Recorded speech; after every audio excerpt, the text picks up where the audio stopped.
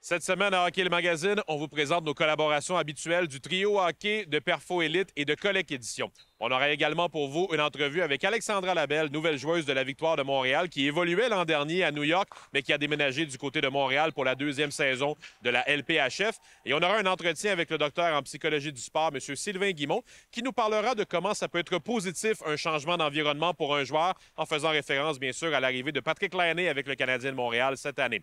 Mesdames et messieurs, bienvenue à Hockey le Magazine.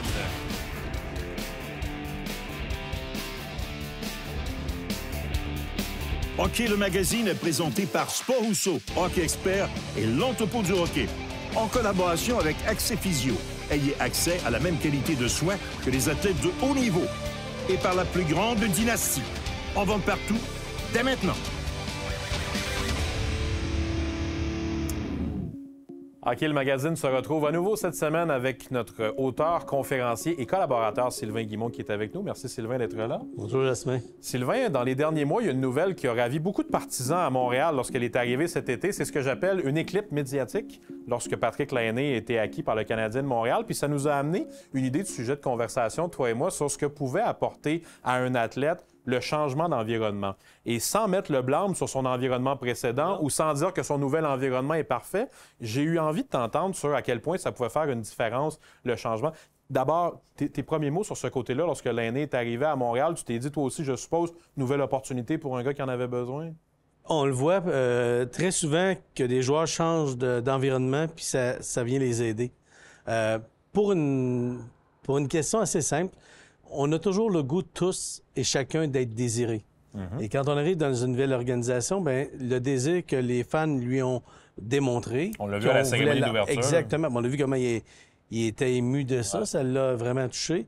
Mais je pense que quand tu te sens désiré, puis tu sens que tu es voulu par un groupe, puis que tu as des fans comme ça, bien, ça ne peut pas faire autrement que d'aider le joueur à vouloir performer puis à se dépasser. L'an dernier, on a vu Patrick Laine avoir certains problèmes. Il a dû aller dans le programme d'aide de la Ligue nationale de hockey, peu importe les raisons exactes. Moi, ce que je retiens de ça, c'est est-ce que c'était la bonne chose pour lui de quitter l'environnement, peu importe là où il allait aller? Est-ce qu'après un événement comme ça, c'est possible de se reconstruire dans le même endroit de là où tu as eu ces difficultés-là? C'est possible, mais c'est plus facile de le faire ailleurs parce que les souvenirs ou les choses qui l'ont marqué ou ce qui vont moins bien, quand on retourne dans le même endroit, bien, inconsciemment, notre cerveau nous ramène ces souvenirs-là. Donc, pour lui, d'être dans un nouvel environnement avec des nouveaux joueurs, bien, c'est un nouveau départ. Puis un nouveau départ, bien, ça permet justement de partir sur une feuille blanche puis de dire, bien, voici l'athlète que je peux être et que je peux devenir. Parce qu'on le sait tous comment il a du talent. On l'a vu arriver dans la Ligue, il était dominant. Et maintenant, c'était plus difficile pour lui. Est-ce qu'il peut revenir le joueur qu'il était? Probablement que oui, surtout en sachant que l'endroit où il est, c'est un endroit de hockey. C'est un endroit où les gens connaissent le hockey. La question que les gens me posaient souvent avec le Canadien, ça doit être beaucoup plus stressant pour un joueur de jouer à Montréal que de jouer ailleurs. Est-ce que la réponse est oui? La réponse est non. Non? La réponse, c'est le contraire. C'est plus plaisant de jouer à Montréal que n'importe où ailleurs. Mais c'est pas tout le monde qui gère la pression puis ce stress-là de la même manière? Quand le stress, tu le prends de façon positive, ça s'appelle un eustress. Ça te permet de mieux performer. Quand tu le prends de façon négative, ça s'appelle un distress, puis ça atténue ta performance. Mais lorsque tu es dans un environnement où les gens connaissent le hockey, tu peux pas tricher. Parce que les gens le savent. Les gens connaissent le sport puis savent c'est quoi tricher. Exactement. Ouais. Et quand tu es dans cet environnement-là et que tu es vraiment exceptionnel comme joueur, les gens l'apprécient encore plus. Donc, toi, si tu es dans un domaine, qu'on connaît ton domaine, puis que tu es apprécié par des gens qui connaissent ton domaine à toi, bien, c'est beaucoup plus valorisant que dans un endroit où on connaît moins ce domaine-là. Donc, dans ce cas, à lui, je pense que le genre de joueur qu'il est, ça va être électrisant. Puis si les fans se mettent à l'aimer comme on l'a vu, là, bien, ça risque pour lui d'aider sa carrière dans le futur. Si je ramène ça à un côté peut-être hockey mineur un peu plus local au Québec, s'il y avait un jeune qui venait te voir en te disant « Sylvain, j'ai dû changer d'école parce que mes parents ont déménagé, je dois aller dans une nouvelle équipe, ça me stresse un peu de mon côté, j'ai peur de voir comment ça va se passer », c'est quoi les premières choses que tu lui dirais pour accepter ce changement-là? La première chose, c'est de savoir que c'est normal. Parce que la peur vient souvent de l'inconnu. C'est une des façons de faire face à l'inconnu, c'est c'est normal que d'être anxieux, c'est normal que d'avoir un peu peur. Mais lorsqu'on arrive dans un endroit qui est nouveau, c'est aussi un nouveau départ pour ces jeunes-là de se faire de nouveaux amis, puis d'avoir de quoi de plaisant, de voir le changement comme quelque chose de positif au lieu de le subir. L'autre point, il y a des joueurs, des jeunes joueurs qui ont été retranchés ou des jeunes filles qui ont été retranchées de leur équipe, qui s'en vont dans une autre équipe. Mais de voir qu'aller dans l'autre équipe, c'est aussi une autre façon de se faire de nouveaux amis, d'être apprécié, d'être dans un environnement où on peut mieux performer parce que... D'être peut-être meilleur que si on était dans la catégorie au-dessus. Exactement. Donc souvent, je vois des gens qui veulent vraiment que leurs jeunes fassent la plus haute catégorie. C'est pas nécessairement la meilleure chose. On est mieux d'être dans un endroit où c'est équivalent à notre capacité et de s'améliorer, de monter notre estime de soi, la confiance en soi et par la suite, quand on sera prêt, d'aller dans un calibre plus élevé. Que de passer la saison dans un environnement rempli de stress où tu as l'impression que tu n'es peut-être pas tout à fait à ta place. Et que tu vas avoir peur de commettre des erreurs parce que tu te sens que tu es peut-être moins habile que les autres coéquipiers. Mais si tu es dans un endroit où tu peux vraiment être à ton aise, puis tu es bien, mais tu risques d'être plus créatif, d'avoir moins peur, puis en même temps d'élever ta confiance en toi, en fait. Conversation très intéressante, Sylvain. Merci beaucoup d'avoir été avec nous. Merci, Jasmin. Salut les boys! Hey, salut Alex! J'ai trouvé cette carte-là cette semaine. Oh, t'as ouvert du clear cut? Hey, t'as été chanceux quand même, Marc Messier. Je veux dire, t'en as juste une carte dans la boîte, t'es tombé sur tout un joueur. Ces cartes sont transparentes, signées direct dessus en plus, puis ils viennent toutes dans un plastique scellé comme ça d'Upper Deck. C'est vraiment cool. Ouais, je me dis, ça doit être assez rare. Hey, Messier, c'est nice. Toi, c'était qui ton idole quand tu... En étant fan des Canadiens, j'avais un gros fait pour Saku Koivu. Ah, quand même, oui. C'était... On va tous se rappeler de la game qui est revenue après son cancer. Ouais, même moi, étant très jeune, je m'en souviens très bien, donc ça m'a marqué. Ouais, c'est sûr. Ce qui nous amène à la question de la semaine. Qu'est-ce qui rend la dernière version de la série Clear Cut unique? A. Elle combine 2 saisons de recrues. B. Il y a 2 cartes plutôt qu'une. C. Vous pouvez gagner une rencontre avec Wayne Gretzky. La réponse après la pause.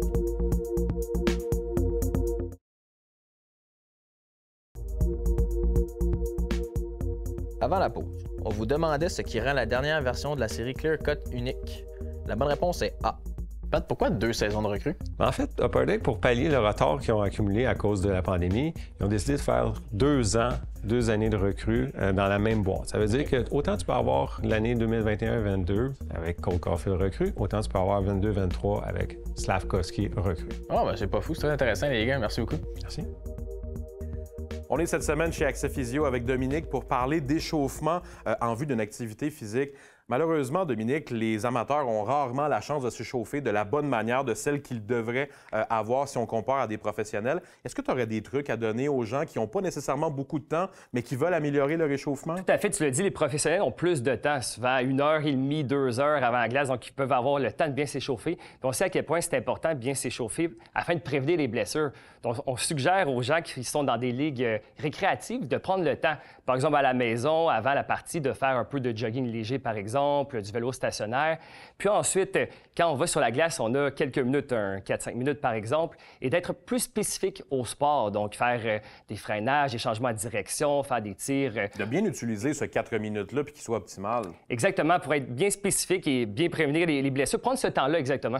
Dominique, je sais aussi qu'il y a un gros côté de récupération après le match de hockey ou après l'entraînement qu'on a. Souvent, les gens oublient ce côté de récupération. Exactement, le retour au calme. Donc, c'est très important après, donc pour activer le système nerveux parasympathique, donc le repos, donc faire un petit vélo stationnaire, un petit jogging léger, des étirements où on peut les maintenir un peu plus longtemps. Alors qu'au début, avant le match, par exemple, avant la partie, on veut plus se faire quelque chose de dynamique. À la fin, plus maintenir pour relaxer un peu plus. Dominique, merci beaucoup. Merci. On se retrouve à nouveau cette semaine à Laval avec Philippe Roy de chez Perfo Elite. Philippe, cette semaine, tu nous parles d'entraînement le jour de match. Tu as un entraînement qui s'appelle un PAP. D'abord, explique-nous ce que veut dire PAP. Et deuxièmement, parle-nous de l'entraînement que tu fais le jour d'un match. J'aurais eu tendance, moi, à croire qu'on ne s'entraînait pas le jour d'un match. C'est pas le cas. Un entraînement PAP, en fait, ce que c'est un entraînement où est-ce qu'on va aller chercher une potentialisation post-activation. Donc, ce qui veut dire, c'est qu'on va venir potentialiser, en quelque sorte, nos capacités physiques, nos performances à partir de notre activation, qui est notre séance d'entraînement. Donc, souvent, ce qu'on va voir, c'est que la charge de travail, pour revenir un peu avec nos capsules auparavant, dans une semaine, va être très, très grande chez les athlètes. Donc, on parle de voir souvent 2-3 matchs dans la même semaine.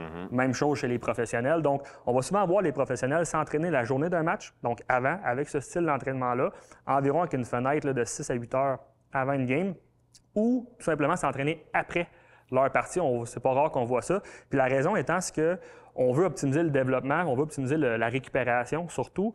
Donc, on vient essayer de matcher nos journées d'intensité haute ensemble.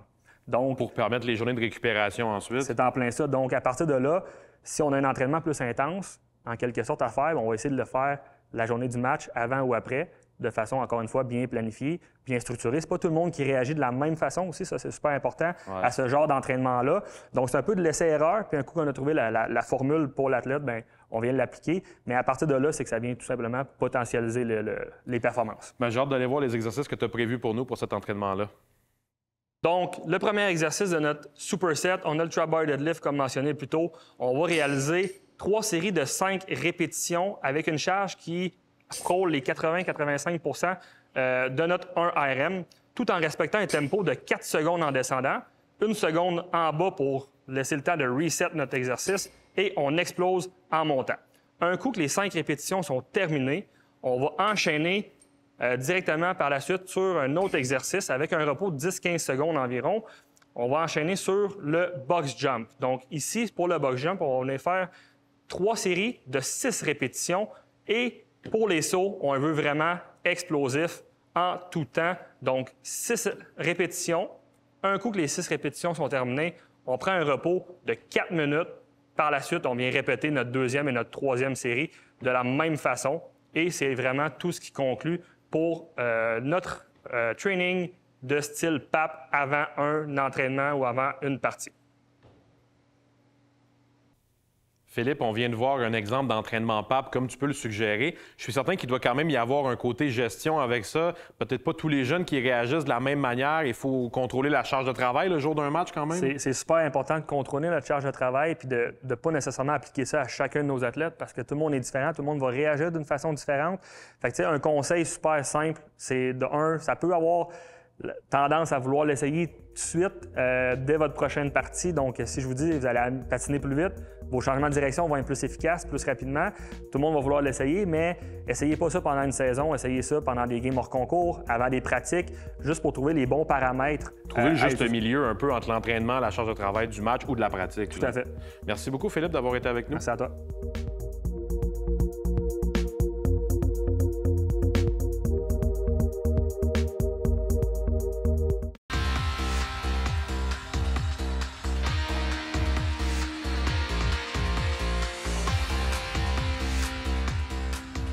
Cette chronique équipement est une présentation de Sport Rousseau, Hockey Expert et l'entrepôt du hockey. Bonjour à tous. Très heureux d'être de retour cette semaine en compagnie d'Éric Dupont, spécialiste en hockey, Renault Capsule Équipement. Cette semaine, Éric, on vient revoir les bâtons de hockey. Ouais. C'est un univers absolument incroyable, autant que pour les hommes que pour les femmes. Tout à fait. Et je crois que tu débutes avec le CCM Vision. Oui, tout à fait, un nouveau bâton de CCM, mais avant de parler de... Je suis vraiment excité de parler de ce bâton-là, honnêtement. Je suis curieux, as-tu une anecdote par rapport au bâton? Oui, j'en ai plusieurs, mais il y en a une qui me vient en tête, puis j'ai trouvé ça tellement drôle, là. Mathieu Dardenneau, c'est tellement un bon gars. Mais lui, les bâtons, il capotait là-dessus. Puis il est tout le temps en train d'arranger ses bâtons, de shaver ici, d'enlever là. Puis même, une couple de fois, on a amené une sableuse sur le banc des joueurs pour qu'il puisse manigancer son bâton. Puis Dieu sait qu'il n'y avait pas de shot pantoute. Il lance la rondelle pendant là comme ça. C'était peut-être pour ça, mais c'est tellement drôle de voir un gars porter tant d'attention avec son bâton que ça. Superstitieux, puis il voulait travailler son bâton. C'est exactement ça. Intéressant.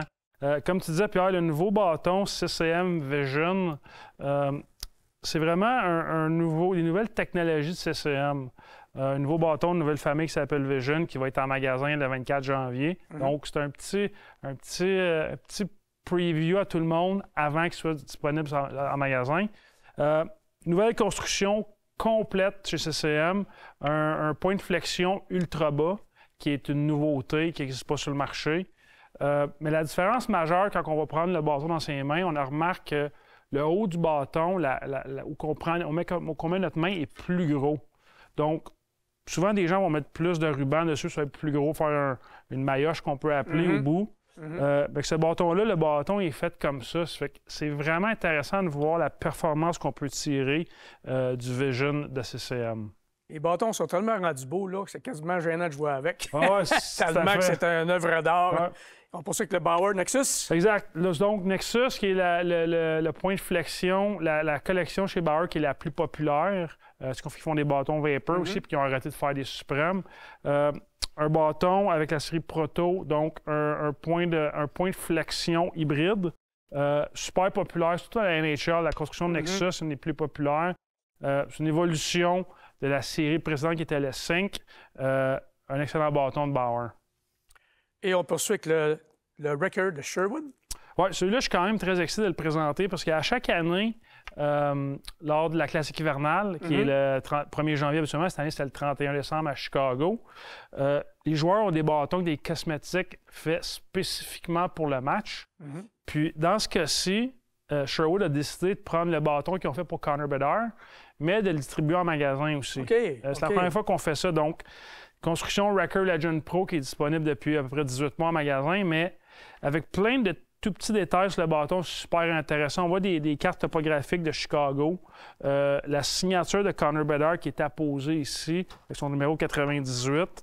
Quand même, un point de vue graphique, c'est de toute beauté. Puis c'est un incroyable, bâton... je te le dis, c'est beau. Le derrière, là. Tu vois Oui, la ville de Chicago, c'est vraiment beau. Édition limitée. La couleur et tout, là, ouais. Puis c'est un très beau bâton.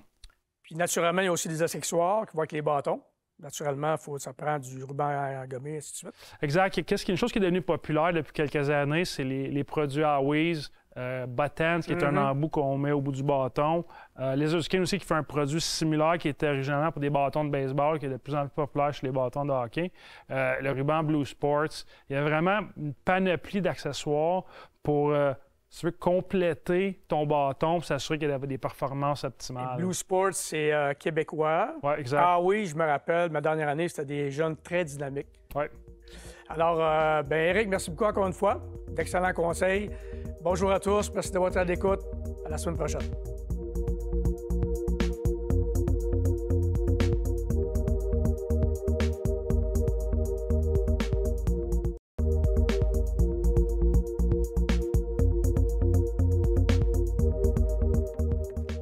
Hockey le Magazine a le plaisir cette semaine de recevoir Alexandra Labelle, attaquante de la Victoire de Montréal, qui est avec nous pour revenir un peu sur ce qui l'a mené vers le hockey professionnel. Alexandra, ça a commencé pour toi, ça a commencé comment pour toi le hockey? C'est quoi tes premiers souvenirs quand tu étais plus jeune? Moi, le hockey a commencé, c'est sûr, avec mon grand frère, il jouait au hockey.